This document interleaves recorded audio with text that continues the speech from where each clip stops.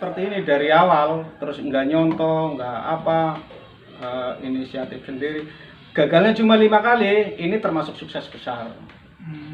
Itu modelnya beda dengan yang tahun berapa Pak tadi Pak? Yang awal 2005 ini modelnya belum proporsional seperti ini.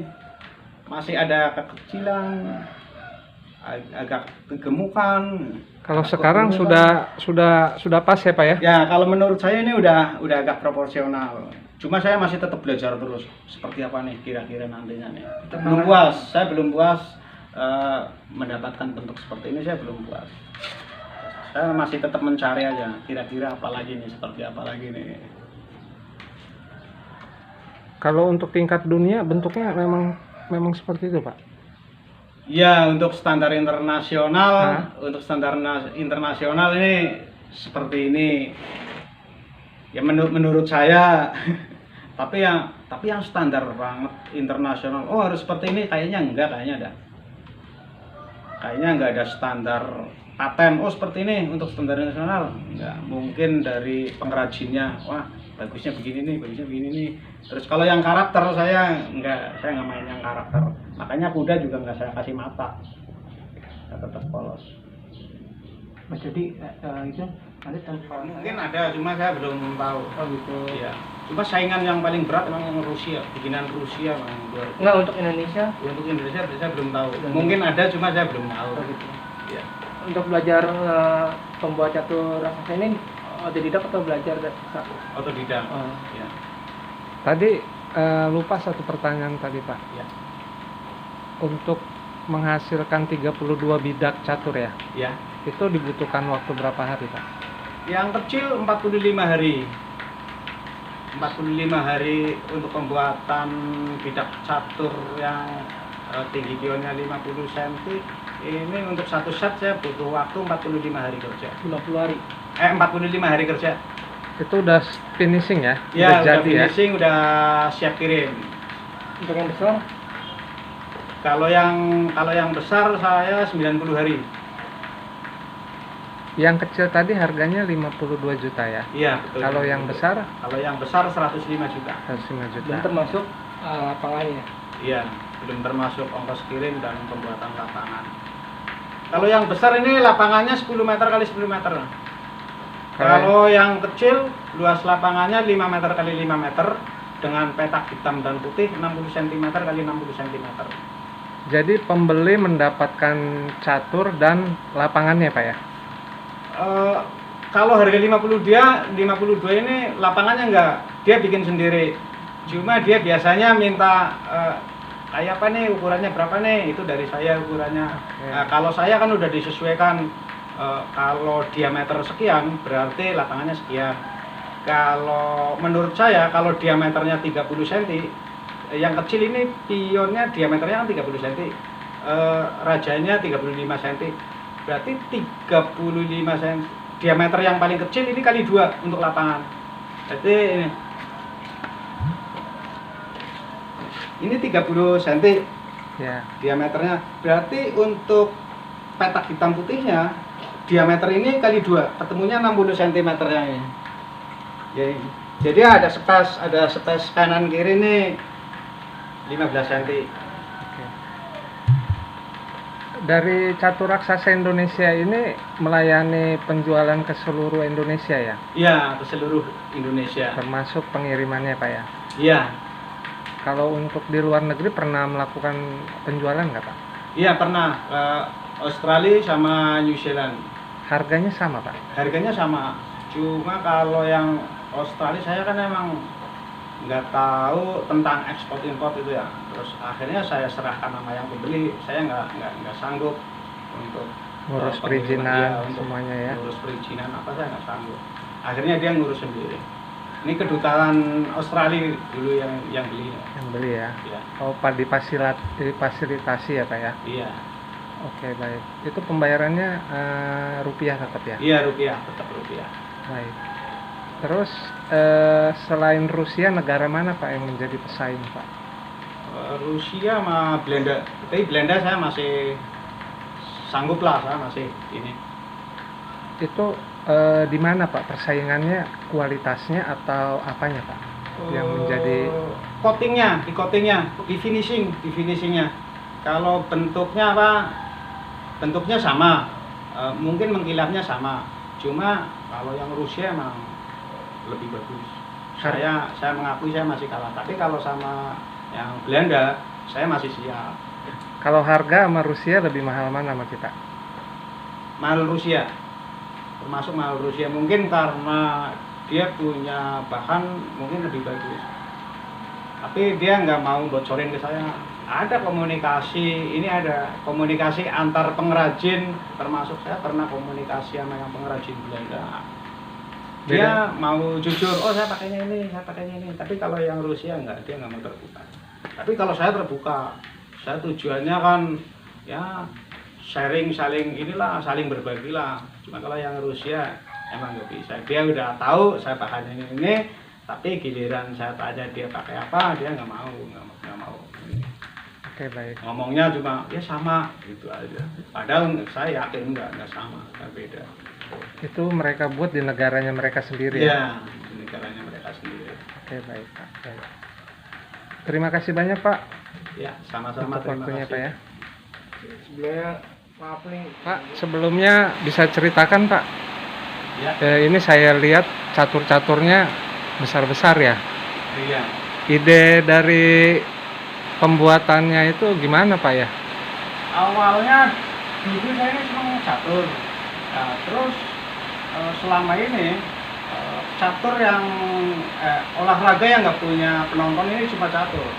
Nah, saya ingin suatu saat nanti catur ini bisa ditonton banyak orang, seperti badminton, tinju atau olahraga yang lainnya lah. Dimainkan 2 orang, cuma banyak penontonnya. Nah, kalau selama ini kan catur kan nggak ada penontonnya, menurut saya ini kayaknya ini karena medianya ini terlalu kecil. Makanya medianya saya perbesar, harapannya suatu saat nanti bisa ditonton banyak orang.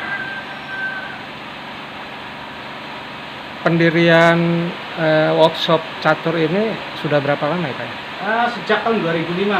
Pertama kali saya bikin catur raksasa ini tahun 2005. Terus penjualan pertama 2012. Lumayan panjang juga saya menantinya untuk laku. Ya alhamdulillah laku, walaupun penjualan pertama tahun 2012 itu saya udah sangat senang. Wah, berarti ada harapan nih. Suatu saat ada harapan catur ini bisa ditonton banyak orang. Tahun berapa Pak mulai terjual catur raksasa ini? 2012. Pertama kali penjualan itu 2012. Berarti saya nunggu 7 tahun. 7 tahun baru ada penjualan. Kembali ke catur raksasa ini, Bapak memang memiliki keterampilan dari awal ya Pak untuk membuat catur raksasa ini? Untuk keterampilan membuat catur raksasa ini aja karena saya senang catur, hobi catur, saya peduli, saya yaitu ingin bagaimana catur ini bisa terangkat seperti olahraga yang lain. Susah tidak Pak membuat catur raksasa seperti ini? Kalau awalnya emang susah, masalahnya saya nggak ada yang ngajarin, nggak apa. Terus yang paling susah ini waktu bikin moldingnya.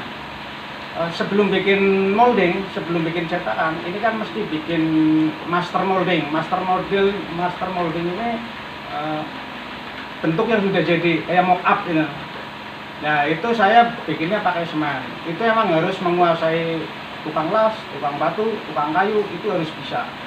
Terus yang terakhir tukang fiber.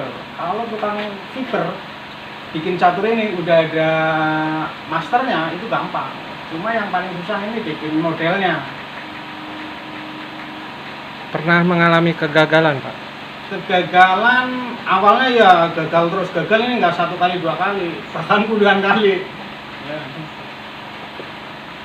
Untuk satu set harga catur ini berapa Pak? Kalau yang kecil ukuran kion 50 cm, diameter 30 cm, rajanya 86 cm, ini saya harganya ini satu set ini 52 juta, belum termasuk ongkos kirim dan pembuatan lapangan. Isinya berapa dua Pak? Kalau satu set 32 piece. Berarti pionnya ada 16. Pokoknya 32 piece untuk satu set.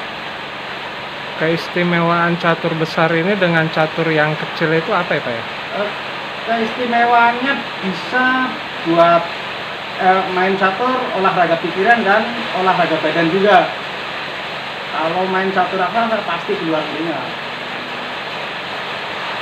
Pernah mengalami kendala Pak Untuk apanya Bang? untuk penjualan? Untuk penjualan kendala banyak.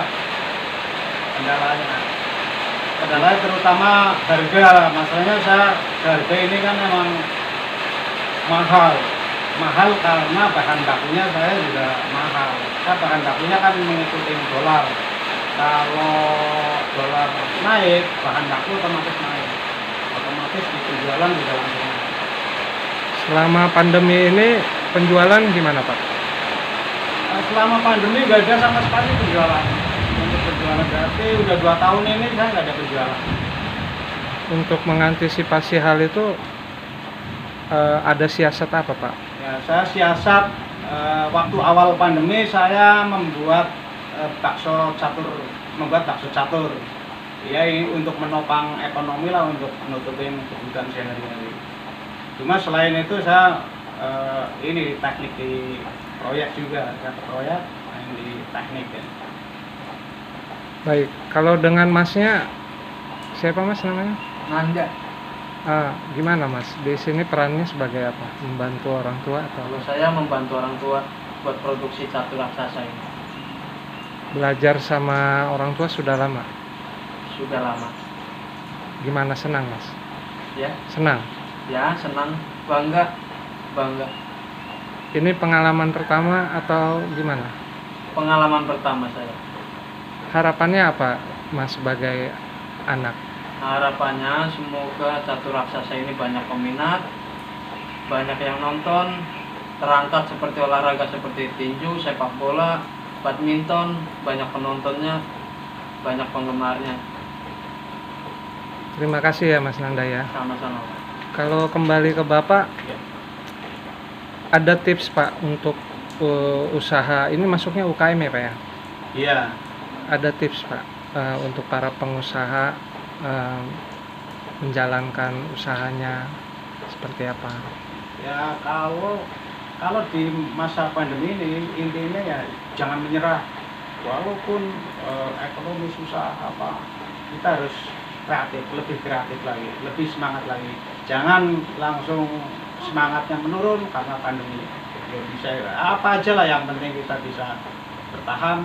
Terus mudah-mudahan suatu saat nanti, mudah-mudahan ini cepat selesai lah pandemi ini, mudah-mudahan cepat selesai agar ekonomi cepat bangkit. Ngobrol-ngobrol tadi, Bapak sebenarnya dulu pecatur juga? Saya senang catur, cuma saya nggak pinter, cuma senang aja. Ya. Akhirnya melahirkan usaha ini ya Pak ya? Ya, Kalau ada penonton yang ingin membeli catur-catur raksasa ini, bisa sebutkan Pak nomor handphone Bapak? nomor handphone saya 0821 3754 3687. Dengan Cuma itu Bapak? aja, nggak ada yang lainnya lagi. Oke, ulangin Pak.